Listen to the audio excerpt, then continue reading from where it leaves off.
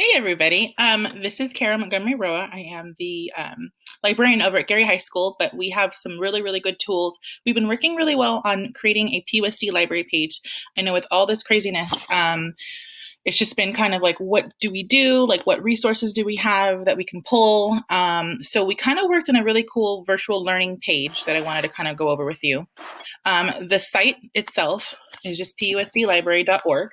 It used to be library.pusd.org. We still have a link to that, but right now it's just kind of pusdlibrary.org. But the tab that we're working with right now is going to be the virtual learning tab. So there's different opportunities. I think the idea of virtual learning is just kind of giving the kids the ability to kind of discover on their own.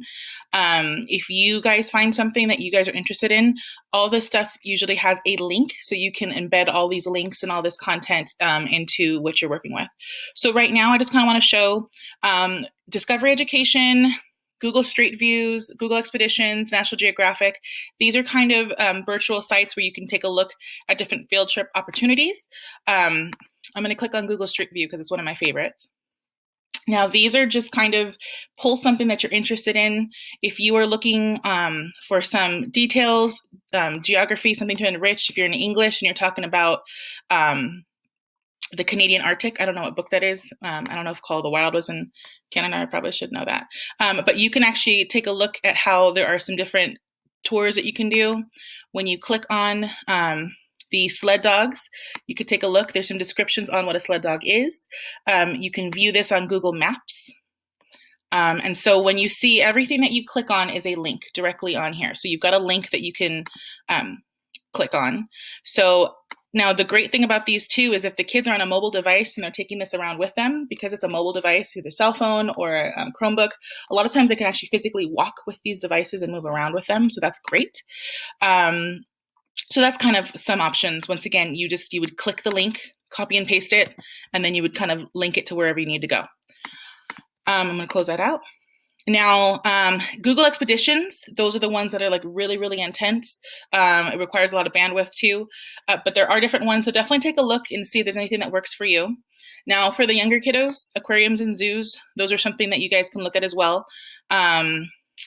Smithsonian zoos, Oregon Zoo, there's a lot of webcams. Aquarium of the Pacific actually has some really cool like shark exhibits and stuff in the background they can use. So those are some options. Let me see if I can find Aquarium of the Pacific. So they're all webcams. So with the webcams, they're all live webcams that they have. There are a lot of content provided on here as well. So if I want to look at the penguins, the penguin habitat. Oh, look, Firefox wants me to install an update. You can actually look. Now they're in YouTube format. And you see how it says explore over here? We actually have a link directly to that where there's a ton of webcams. Those are actually really cool.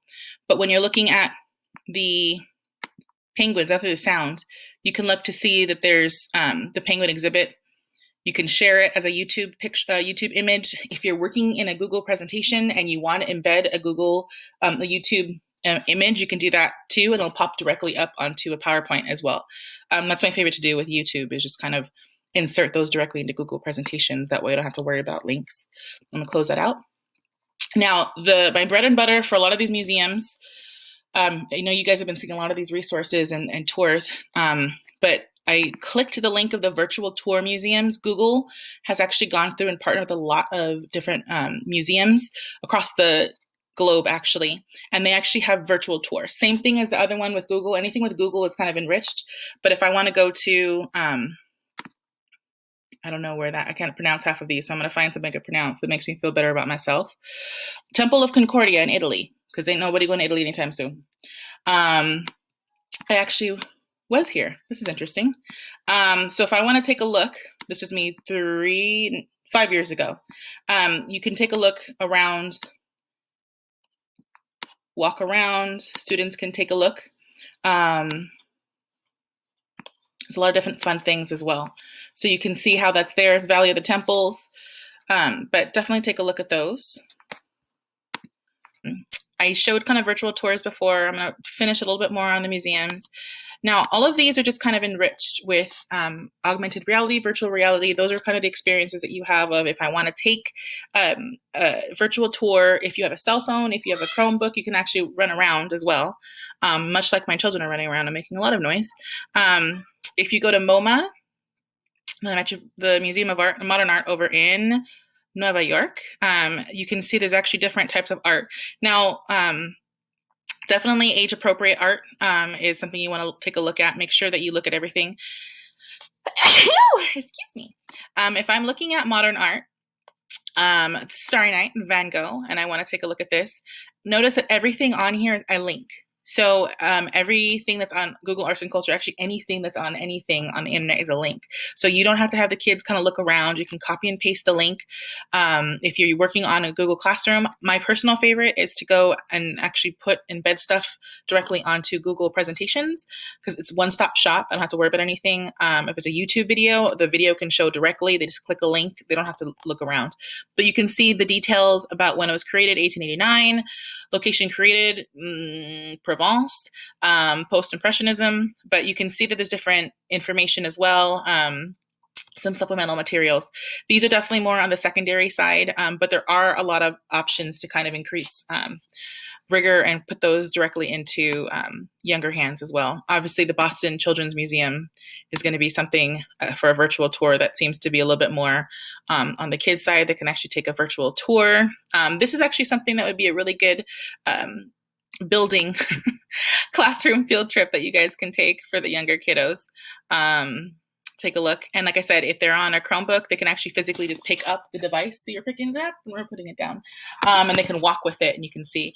Don't ask them what their birthday package is. I have no idea what's going on. But you can take a look at everything. It'll tell you how to access stuff as well. But these are pretty fun things and opportunities you can do as a class that are just kind of team building as well. So let me move into parks and monuments for a second. My favorite that I've discovered is national parks, augmented reality, virtual reality. Usually you have these little types of glasses that you get that kind of reinforce your phone. And so that's, those videos of the grandmas that are watching these and get all scared. And those are what these are. But you don't actually need to use those because a lot of these are embedded on here. You can tell audio-wise. To visit the island of Hawaii is to take a trip back. They've already created content with this. They have narration on there. It's not Samuel Jackson or Morgan Freeman, so you should be good, although I still watch it. I don't want to step on. The land. The floor is lava. We know that. With park ranger and then as you move through, you can take a look at those.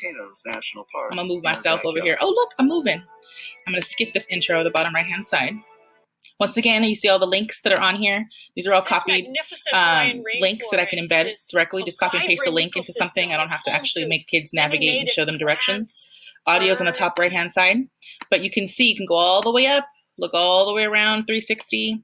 They actually have lava tubes that you kind of go through. Carlsberg Caverns, there's even more content. So there's really only 5 on this hidden worlds of national parks. So there's 5 of them over there. Let's move up. National Park Service has a ton of great stuff as well. They specifically have a lot more content that's arranged plants, animals, forces of nature. The hard part about National Park Service is the language is definitely on the more adult side.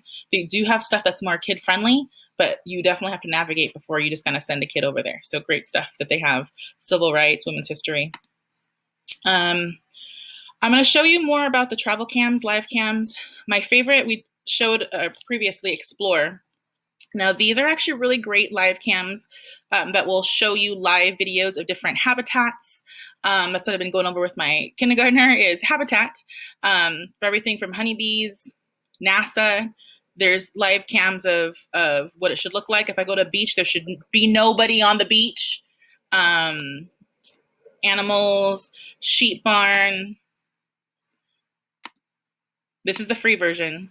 But you can see, and these are YouTube embedded, which are YouTube and live cam, which is pretty cool. So you can actually copy and paste as well. All right, sweet. Great. So one last thing. So Explore is kind of what we're looking at. Air Pano has, or Pano, I don't know how it says, same thing, virtual 360 tours. I really like the cities one. This one's pretty cool, especially when it comes to finding what it would look like if you're in English. I'm trying to figure out if I'm reading The Great Gatsby, if I have a location, places, Montenegro.